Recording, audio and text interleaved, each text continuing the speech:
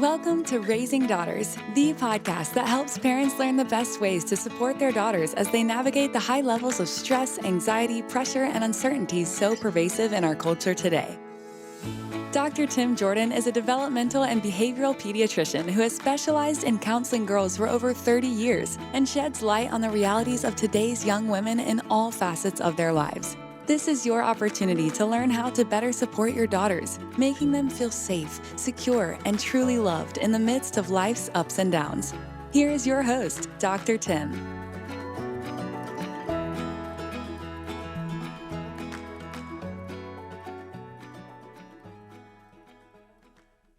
Hello, friends. Thanks for stopping by here on Raising Daughters. Dr. Tim Jordan here. And today I would like to talk about adversities that kids experience. But even more so today than talking about the adversities is how sometimes we can make the experience worse. And everything I'm going to say today about kids really pertains to us as adults as well. Oftentimes, the drama that we create around the events becomes more impactful than the actual experience.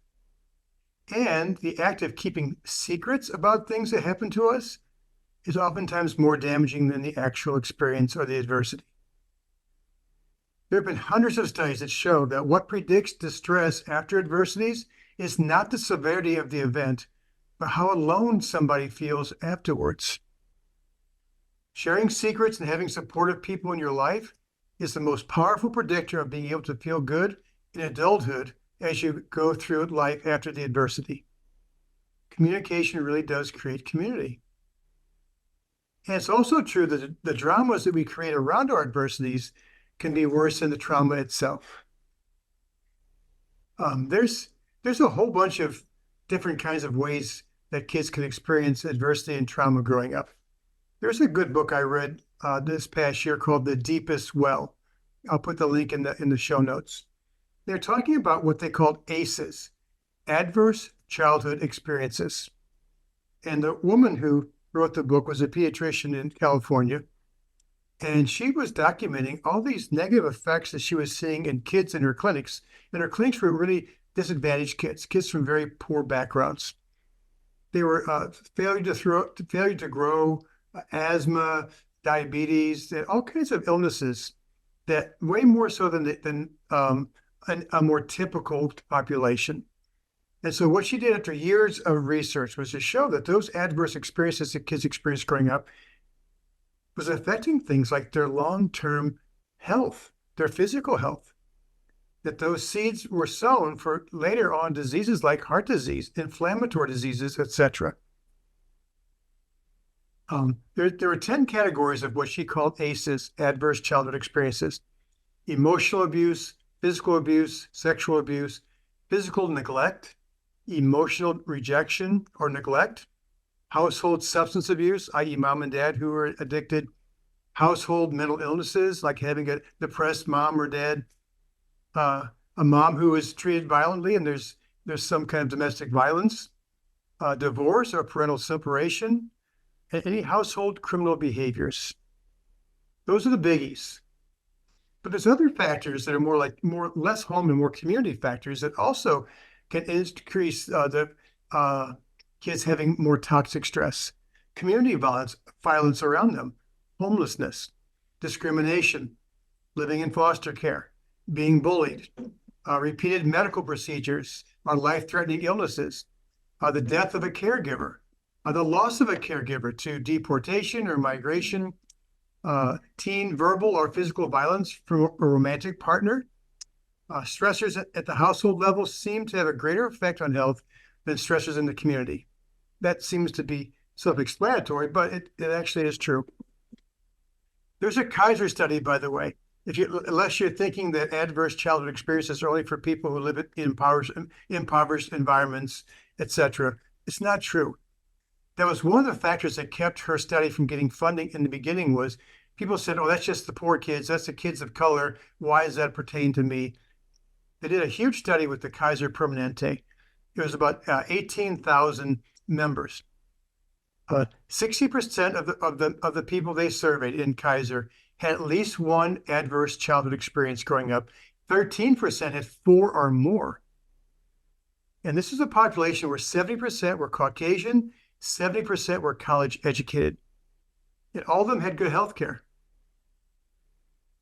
There's been some studies that show that up to 75% of kids and teens are exposed to at least one adverse childhood experience growing up.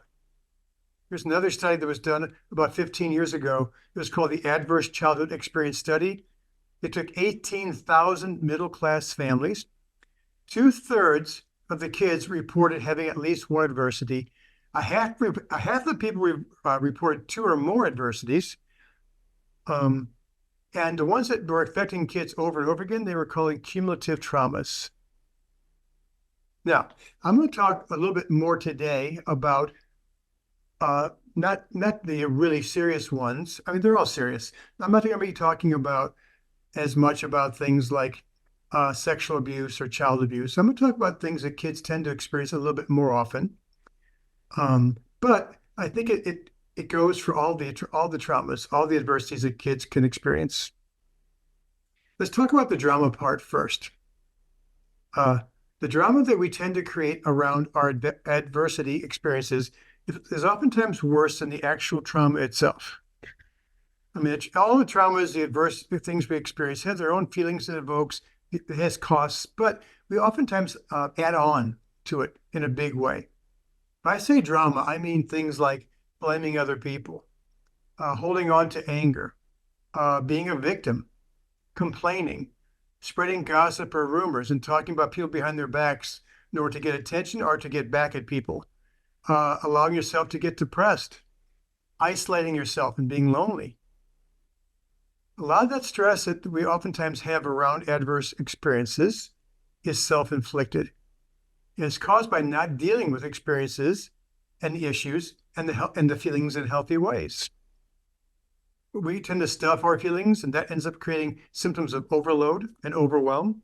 And oftentimes that's more intense than the actual feelings that were initially brought about by the experience. I talked to you before these podcasts about how often girls ruminate, overthink, chew on thoughts, overanalyze.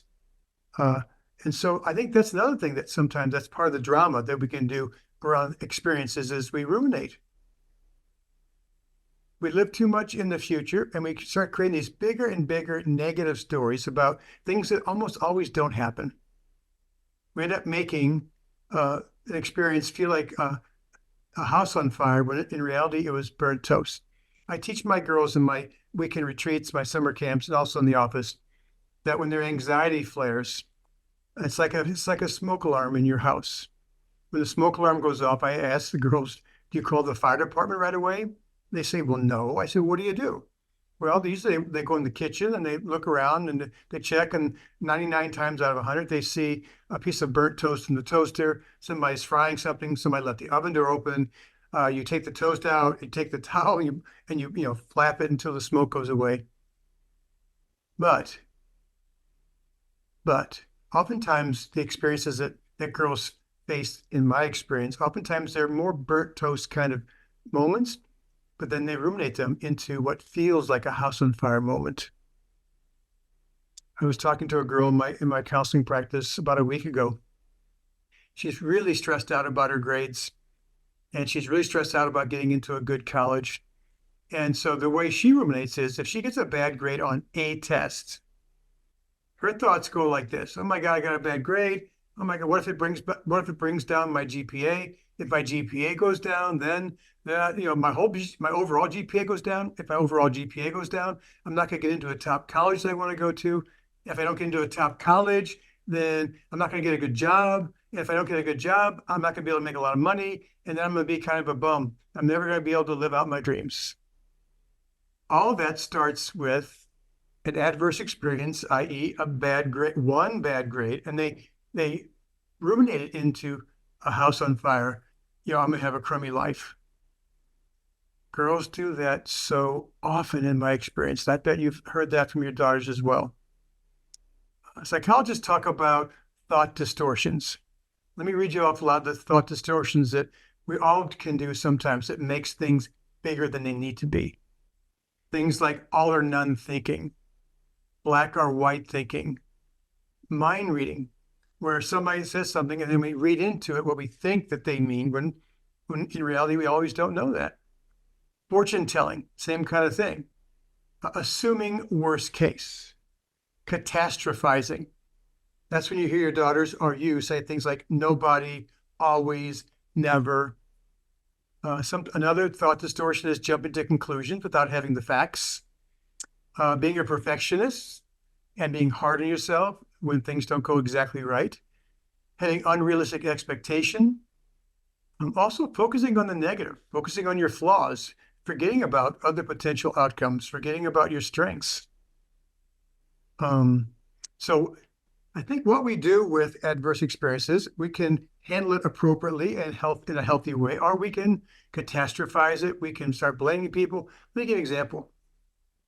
One of my sons tried out for the basketball team in high school when he was a freshman. And he got down to the final cut, and then he was the last kid cut. And one of the coaches took him aside, and he said, "You're a great little player. You're smart. You really know it." He said, and they gave him the Hustle Award for the tryouts. But he told my son, and this is one of the dumbest things you could possibly say to a freshman in high school. He said, "The reason I'm cutting you is because you're so short. You're not tall enough." And my son was a late bloomer. And he was, I don't know how tall he was. He was one of the shortest ones out there. And he had a size 13 shoe. And his whole life until puberty, he had been in the 90th percentile. So he was just delayed with his puberty. But anyway, my point is, my son could have, blamed the coaches, and he could have been bitter, and he could have handled it with lots of drama. But what he did was, he was upset. I remember driving home from the tryout thing, he was crying. He was really upset because he really loved basketball. But what he did was he started practicing more. We got him on a team that was not a high school team. It was more like a whatever kind of team. And so he got to play. And but the point is that instead of getting all wrapped up in drama and blaming the coach and maybe making fun of or criticizing the other kids who he thought he was better than, instead of doing a bunch of things like that and becoming a victim, what he did was he did something different. He tried harder. He practiced harder. It's like Michael Jordan, famous basketball player. There's that well-known story that I believe it was when he was a freshman in high school. He really wanted to make the varsity, and he only made, I think it was like the freshman team. He was really disappointed. So instead of creating a lot of drama and being a victim, what he did was he practiced harder and practiced longer. And then we know what happened to him. My son is not in the NBA, but Michael Jordan ended up obviously becoming one of the best scorers in basketball history. Oftentimes we suffer more with our adversities because we get so wrapped up in all the drama and the blaming and the anger and not taking responsibility and being a victim that we can't see our way out of it. We can't resolve the problem because we can't see the problem because there's so much distraction around it now. The other thing that happens, I find, that creates a lot of drama is, and I've talked about this in previous podcasts, and I will put a link in the show notes, is what I call my spiral of beliefs. That when an adverse experience happens to us when we're growing up, as an example, a girl gets left out of her friend group. They exclude her, kick her out. What girls do is they go inside their heads, they're upset, and they say, why did they kick me out? Why are people leaving me out? Why don't they call me anymore? And then they start to answer that question in their heads with their own private logic. And they'll say things to themselves like, maybe it's because I'm not good enough. Maybe I'm not cool enough. Maybe I did something wrong. Maybe I'm awkward. Maybe I'm too much. Maybe I'm too little. Maybe I'm too quiet. Maybe I'm not pretty enough. Maybe I'm not popular enough. Maybe I'm not good enough. They could have all that stuff in their heads as they're trying to figure it out. And those thoughts that they have in their head oftentimes end up becoming belief systems because that's what they're thinking to themselves when they enter a new social situation. If you're thinking, I'm not good enough, I'm too loud, I'm too awkward, I'm too whatever, or not enough, you'll act a lot different that if you walked into that social situation feeling like, I'm a really good person and I deserve to have good friends, you'll act a lot more confidently. You'll be more willing to stretch yourself and reach out and talk to people. So because you may not, because of those thoughts and beliefs in your head, you recreate the same situation. You won't be noticed. You may not make friends. And then you go back in your head and you say, see, I'm not good enough. I'm too awkward. There's something wrong with me. So those initial thoughts become beliefs. And then we make our lot in life a lot harder because we're walking around in life with some really negative, limiting beliefs about ourselves until we do something or take the time to reframe. I'll talk about that a little bit towards the end. But that part about those decisions about ourselves, that can become part of the drama that makes whatever happened a lot worse than what happened. Another big piece of what happens to make our adversities worse is the secrets we have around them. A lot of times we're embarrassed by things that have happened to us. We feel shame about it. I'll give you lots of examples in a minute. We're worried people will find out something, and so we keep it in. And we're afraid to share with other people. And so what happens is that old expression I've talked about before, what is unexpressed becomes unmanageable. Now, there are some severe traumas, like being raped, like being attacked by somebody, especially if somebody who's bigger or older, where we get scared, speechless. There's a reason why we don't speak out about things sometimes.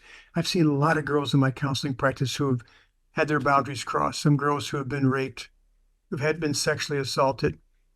And one of the reasons why they didn't disclose, one of the reasons was that in the moment, because they were so afraid, their brain went right into an old primitive defense mechanism called freeze.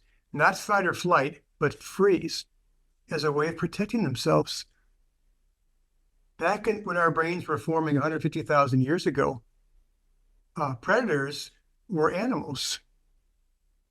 They weren't people. They weren't high school boys or college men. They were predators like lions or tigers or bears. Oh my, things of that sort. And so that old primitive freezing thing, becoming motionless, was a way to protect yourself, because if an animal saw you and they thought you were dead, they oftentimes moved on. They want fresh meat, if you will. Nowadays, those aren't the predators who are oftentimes are going to attack us, so it doesn't really work. But our brain goes into freeze, and the speech centers of our brain, it's called the Broca's area of our brain. When we get scared like that, when we're in terror and really afraid, those shut down. We literally are scared speechless. It's hard to take what's happening and put it into words because those centers in our brain go down. Thus, women don't cry out. I saw a girl recently who had been raped, and her roommates were two doors away in the same apartment. They didn't know what was going on because she didn't yell, and she felt so ashamed because she hadn't done that. And that was making it really harder for her to process what had happened to her, because she was so racked with guilt. I should have fought. I should have cried out. I should have screamed. It's also a reason why sometimes the perpetrators get off, because the defense says, well, she didn't scream, so she wasn't fighting, so maybe nothing must have happened. Oh, I hate to hear that. Anyway, so that's an extreme form of trauma when you're scared, speechless. That would be one reason why people don't speak up. Oftentimes, too, when those kinds of big things happen, I think talking about it kind of gives credence to it really happened. If I pretend it didn't happen, if I don't talk about it, then maybe it didn't really happen. A little bit less intense problem than being sexually assaulted or raped. And that is things that happen that, like, let me give you an example. I saw a girl a few weeks ago in my counseling practice who has a sibling, an older sibling, who has severe autism and has had all kinds of problems with outbursts, screaming, yelling, getting physical with his parents, destroying property, to the point where the parents had to call the police. He's been in and out of residential facilities, causing lots of commotion in this house. So this girl, the little sister, has watched all that for years. And what she has decided along the way is that my parents have so much on their plate trying to handle my brother, and their needs are more important than mine, and my brother's needs are more important than mine. So instead of speaking out or speaking up and talking about it, it's better if I just keep it to myself because I don't want to overburden them. They've already got more than enough on their plate. She also has all kinds of mixed feelings about her brother. Mixed feelings like she's angry because he's taking up so much energy and so much time. She's resentful because of all the time and attention he's gotten over the years. And then she feels guilty about feeling those two feelings. She also feels left out because her parents oftentimes don't have time for her. And so she starts to wonder, what about me? What about my needs? And then she feels guilty for thinking that because other people's needs have become more important than hers. That's her new belief system. Even to the point of, I shouldn't have needs. Oh, that's such an unhealthy decision to make about yourself. And I see why she's made that decision along the way. So part of my job is to help her reframe that. She worries about him. She's protective of him. There's a love-hate thing she has with him, and she's exhausted because of all these emotions. I think a lot of times what I've heard her say in my office as she's crying is, I just want permission to be a kid. I had to grow up so fast to try and help take care of him and take care of my parents. So sometimes that's one of the reasons why kids keep secrets is because they're trying to take care of everybody else around them. And they feel like they shouldn't have needs. Some kids don't share their secrets because they feel embarrassed because of what's happened to them. They feel ugly. They feel dirty because of things that have happened. They feel guilty because they should have stopped whatever it is that they're talking about. They just done something different, said something different. They blame themselves. So they feel shabby about themselves. They feel a lot of shame. And so that causes them to be less likely to disclose how they're feeling and what's going on. Also, it depends upon the environment they're in. If there's some loving, caring people who are good listeners, then they're much more likely to share. If they have shared things in the past and they haven't been heard, or their parents have blown it off like that's no big deal, or then the parents make it about themselves, or any kinds of ways that we deflect our kids sharing in their feelings, then our kids decide inside their heads, my mom, my dad aren't safe. I can't talk to them. They don't listen. They make it about them. They don't believe me. They blow it off. They act like it's no big deal, or they go right into fix-it mode, and which makes me feel like they're not listening and they don't really understand me. So there's a lot of reasons why kids sometimes don't talk about things. The other thing is sometimes kids don't have the language for it. They don't know what they're feeling. They're just overwhelmed with lots of emotion about things that are happening to them, being bullied at school, being left out at school, worrying about their futures, having adversity like having that sibling, like that girl I was talking about. So because they don't have the language, sometimes they don't know how to express it, and so they just keep it to themselves. I saw an analysis of 150 studies that have to do with this topic. And what these studies all pointed to was that self-disclosure after adversity is beneficial. Those with undisclosed adversity experience more negative outcomes.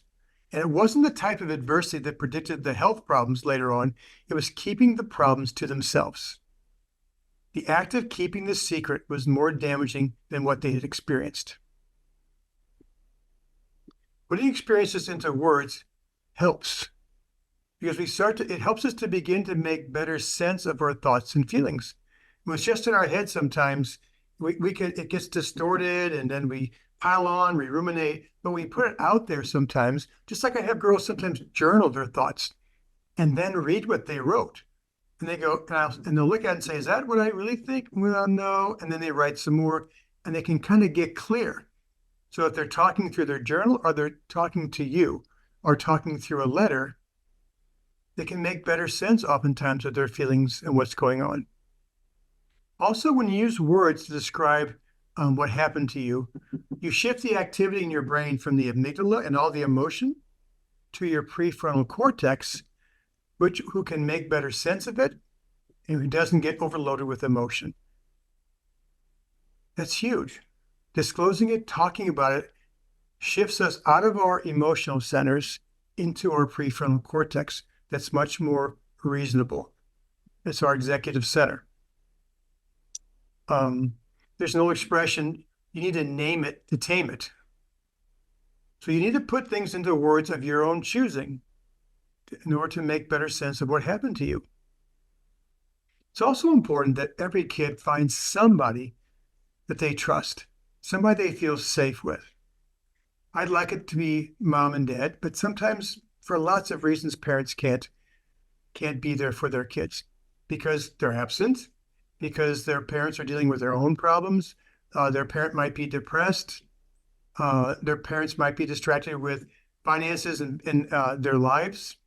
There's just a lot of reasons why sometimes parents aren't the safe people for their kids. But that doesn't mean that there aren't other people in their lives who can step in that role sometimes. Every time they find somebody to disclose their secret, talk about their adversity, every time the story becomes a little bit more organized, a little bit more understandable, a little less intense, and usually it's shorter. Sometimes when they first talk about something that happened to them, it's a torrent of words. It's a long story. It's like, whoa. But when they talk about it again and again, then they start to make better sense of it. So it comes out a little bit more clearly, if you will. One of the best single predictors of a good adjustment after an adversity for children is having external support. And the higher the number of adults with whom a child can associate with and share with, the more likely she is to make a more successful transition through the adversity and into adulthood. There's even something where they call kids everybody's favorite house guest. Kids who have what they call high adaptability, which means that sometimes they're really good at finding other adults than their parents who can be there for them. It might be their best friend's mom or dad. It could be a teacher or a coach. It could be my camp counselors become those people for them. Some kids become good at reaching out and finding adults who can be there for them. Kind of substitute moms, substitute dads. It can be an aunt, an uncle, a grandfather, a grandmother. It can be any of those people. It just needs to be someone. I remember I read back in my fellowship training days a book called Vulnerable but Invincible by Emmy Werner. She had studied hundreds of very poor kids on the island of Kauai who came from very impoverished backgrounds. And so most people would have predicted that they're going to have a really horrible life because they grew up with all these ACEs, adverse childhood experiences, etc. And she followed them for 40 or 50 years. I think it was the longest longitudinal study that had been done looking at the effect of adversities on kids. And what she found was that 2/3, 3/4 of the kids ended up like their parents with lots of mental health problems and incarcerated and couldn't hold a job, couldn't get a good relationship. But about 1/3 or 1/4 of them ended up being competent adults who could have a healthy relationship. And the main thing that was different about those kids from the kids who didn't do well was they had somebody in their life who was there for them. Somebody who took them under their wing that they could count on. And oftentimes it was not a parent. It was a grandparent. It was a coach. It was somebody who took an interest in them and was like a mentor for them, a shepherd for them, who was there for them. So important that our kids have people like that in their lives. If a child grows up in a really stressful community or a really stressful environment, but they have a well-supported and healthy caretaker in their home, they're much more likely to have less stress and to be less affected by it. What we don't want is for our kids to experience things, go inside their heads and be at the mercy of their thoughts, because oftentimes they don't do a good job with their private logic. They blame themselves. They feel ashamed. They make bad decisions about themselves. So they need someone to pour it out to who can frame it for them, help them see it. The reason your friends left you out was not because you're not good enough. It's not because you're not cool enough. It's because they're insecure, because they want to get a sense of power by, like, leaving people out. There's all kinds of reasons that are all about them and not about you. Now, one of the things that happens when kids don't disclose is they end up feeling different because they're holding on to the secret. Sometimes in our weekend retreats, in our summer camps, we do a how I feel different circle. So the girls and our staff are all sitting in a big circle. And so somebody starts and they'll say, one way that I feel different and in a way that I don't like is blank. And then we don't process, we just listen. And then the next person, the one way I feel different is, and then we go around the circle. And it's really powerful. I've done it in schools with classrooms of girls who we know because we've been there maybe 3, 4, 5, 6 times, but we don't know them like at camp. And we've never had a circle where people didn't share. Occasionally somebody will say, can you come back to me? We'll say, sure, we'll come back. By the time we get around and we go back, they usually have something. And then almost always, they want to go around the circle again. And they'll bring up things like, I feel different because I have a brother who has problems and the police were called to our house one time. I feel different because my parents are divorced. I feel different because I don't get to see my dad. I feel different because I do really bad in school and I have a hard time reading. I feel different because I'm really slow in math. I feel different because of the color of my skin. I feel different. There's so many ways that I've heard in these circles. But just putting it out there and having people nod like it's okay is so powerful. So powerful, that kind of disclosure. And oftentimes, almost always, there's somebody in that circle who can say, you know what? I've also been through divorce. Or I've also been left out by my friends. I also have a sibling who has problems, etc. And so they start to understand I'm not the only one, which they all think, which causes them to feel more ashamed and to pull in and isolate themselves and feel more lonely, which makes everything worse. Part of that drama I talked about at the beginning. So I'm not alone. I'm not crazy. There are other people who really can't understand. I never believed that before, but now I do. It's so powerful. So powerful. Some of the kids who have been through adversities also, the way they end up handling it, besides being adoptable, is that they become what some people call superheroes or super normal. I interviewed the author Meg Jay a year or two ago about her book that was called Super Normal. And I will try to remember to put that link also in my show notes. And she's talking about people who look really good on the outside. They become high achievers as a way of deflecting.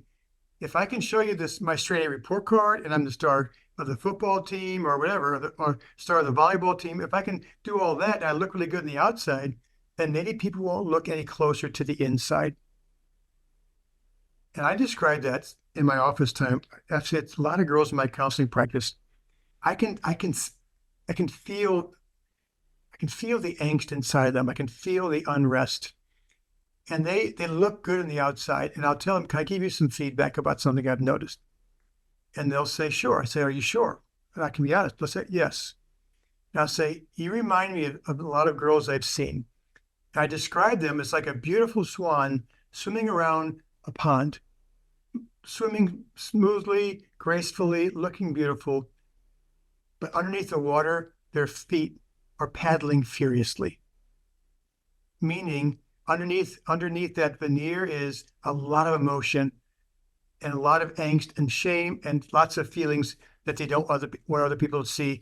And 9 times out of 10, the girls burst into tears because someone sees me. Someone understands.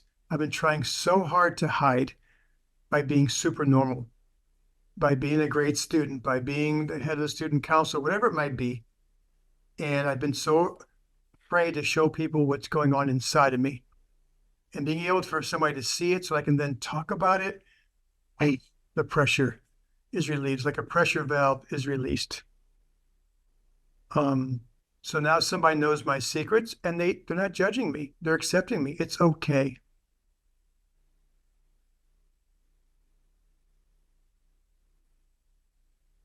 The other reaction I see from kids who have been through adversities is not the beautiful swan looking good, super normal kid. I see a kid who ends up on their own because they're so afraid of disclosing, trying to take care of themselves. They'll self-soothe by smoking, vaping. They use drugs to self-medicate, drinking a lot. Sometimes it's sex that they'll use to self-medicate, to feel a sense of closeness. Any kind of connection, they'll tell me, is better than none because they feel so disconnected and lonely. So sometimes when kids hang on to the blame and the shame and the secrets, sometimes they will do other unhealthy things to try and manage it because they're not expressing their emotions in healthy ways. Last few thoughts. The other thing that I think is helpful for girls, in my experience, and this is one of the things I do in my retreats and camps, and I guess my counseling practice too, is I want kids to understand their adversities and the effects those have had on them.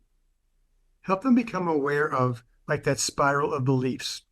I'll ask them, because of what happened to you in 5th grade, 8th grade, or whatever, when your friend group ditched you, what'd you start to think about yourself? So I'll flesh out those thoughts and decisions, and they'll start talking about how I feel like I'm awkward, I'm socially awkward, I don't fit the mold, there's something wrong with me, I'm not pretty enough, cool enough, whatever. Just saying it and having them have some awareness gives us the chance to allow them to have more control over those thoughts, to reframe them into what the truth is. The truth isn't that they're not good enough or pretty enough or whatever. The truth is whatever it is about those kids. There's all kinds of reasons why there are people who tease and leave people out. There's nothing to do with the kid who's being left out. So just giving them that information, that awareness, the awareness of how they ruminate experiences from burnt toast ones into house on fire ones, that's huge. For them to become aware of that process and to start learning to catch themselves when they're starting to ruminate and to stop it and bring themselves back. One other piece here is there's been some good studies that show that one way of getting through on the good side of adverse experiences, childhood experiences, is being of service. Helping other people, has been linked in so many studies with improved health, improved well-being, improved mental health. Doing work or having activities that feel meaningful and purposeful is a great predictor of physical and emotional health. You kind of move from being a victim to a hero. Instead of feeling like a victim and blaming and all that, you move into helping other people. I saw a girl last year who was adopted when she was about a baby, or maybe about a year old, from another country. And she, as a senior in high school, she had a chance to do a service project week, and she chose to go to the country that she was born in. And she worked in a school that would have been the kind of school she may have gone to if she had stayed there with her mom, who was very poor. Her mom had like 5 kids, put them all up for adoption.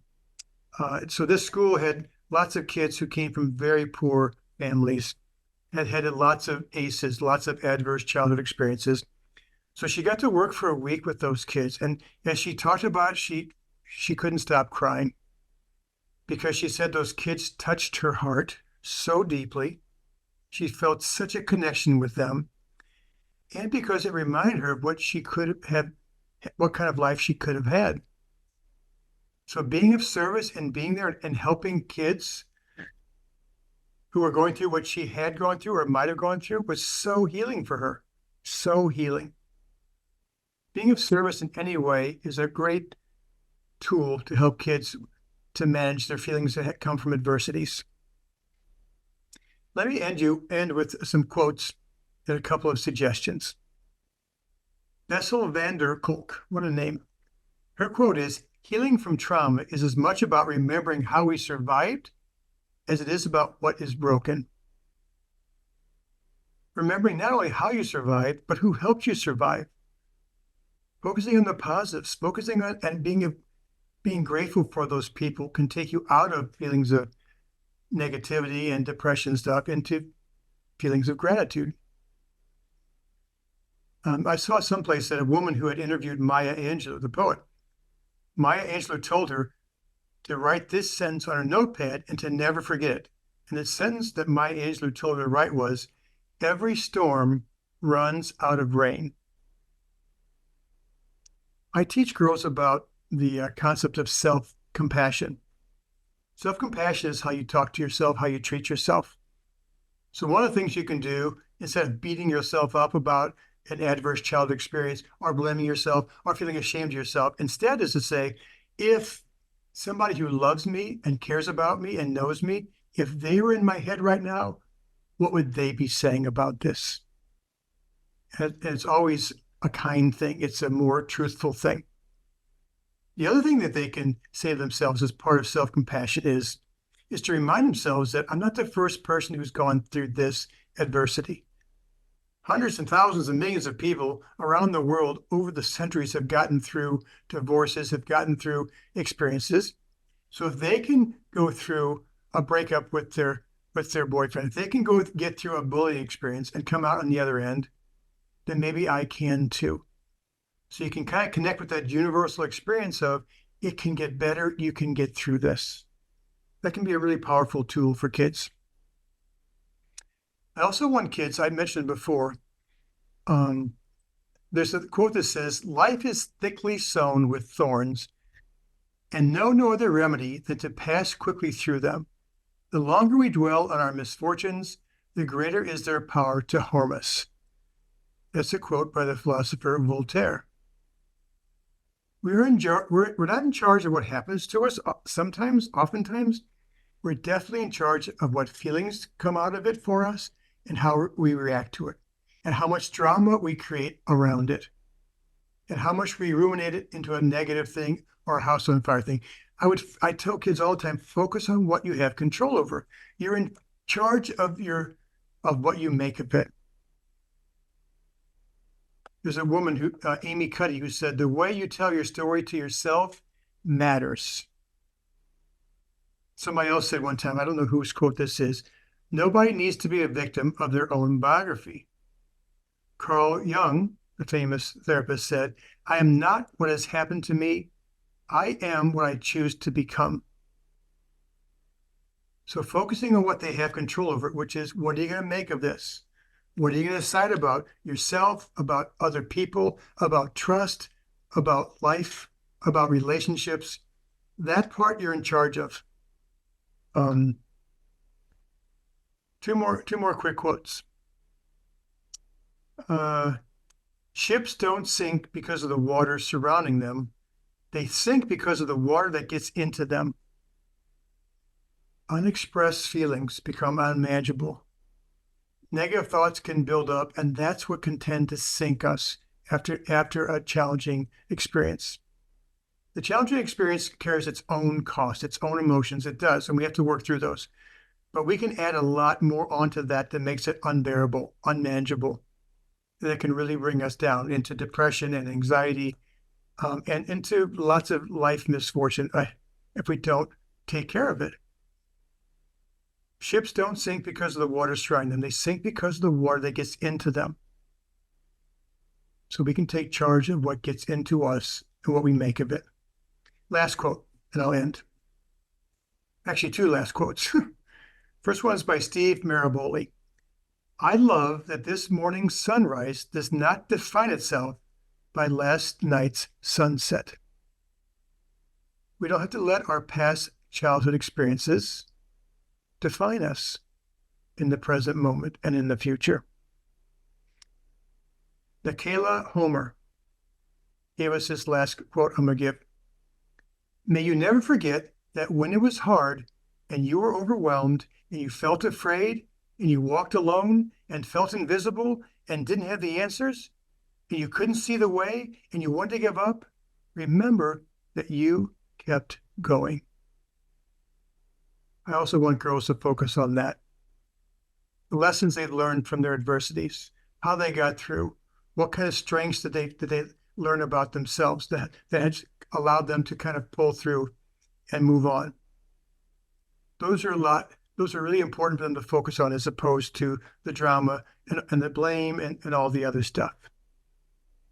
We can support our daughters and any girls in your daughter's life. All of you can be that adult, by the way. You can be your daughter's friend who's going through something and doesn't have parents that she can share with. You might be that adult who makes all the difference in the world. And I bet that almost all of you listening to this podcast, if you're an adult, you can think back to your childhood and remember a time when an adult who was not your mom or your dad was there for you, listened to you, gave you a piece of advice, and it made all the difference in the world. It could have been a mentor, could have been a teacher, could have been a coach, it could have been anybody, but all of us, I think, have had experiences when another adult stepped in. So please feel free to be that adult for some kids who crossed your path. They need someone to hear them and to see them and to understand them and to help them to not make such negative decisions about themselves. So I'll put those links into the show notes that I mentioned as I went through this podcast. And I appreciate you being here every week for a new one.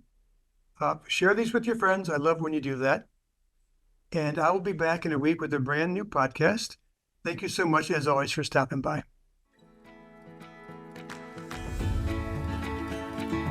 Thank you for tuning in to this episode of Raising Daughters. Hopefully you've learned something useful about girls and young women and how to help them navigate the pressures, challenges, and opportunities of modern life. If you want to become a more effective parent, keep listening to the show at drtimjordan.com and let the conversations shape you. Build that one-of-a-kind connection with your daughters in the most profound and meaningful ways possible, shaping them into strong, confident women of the future.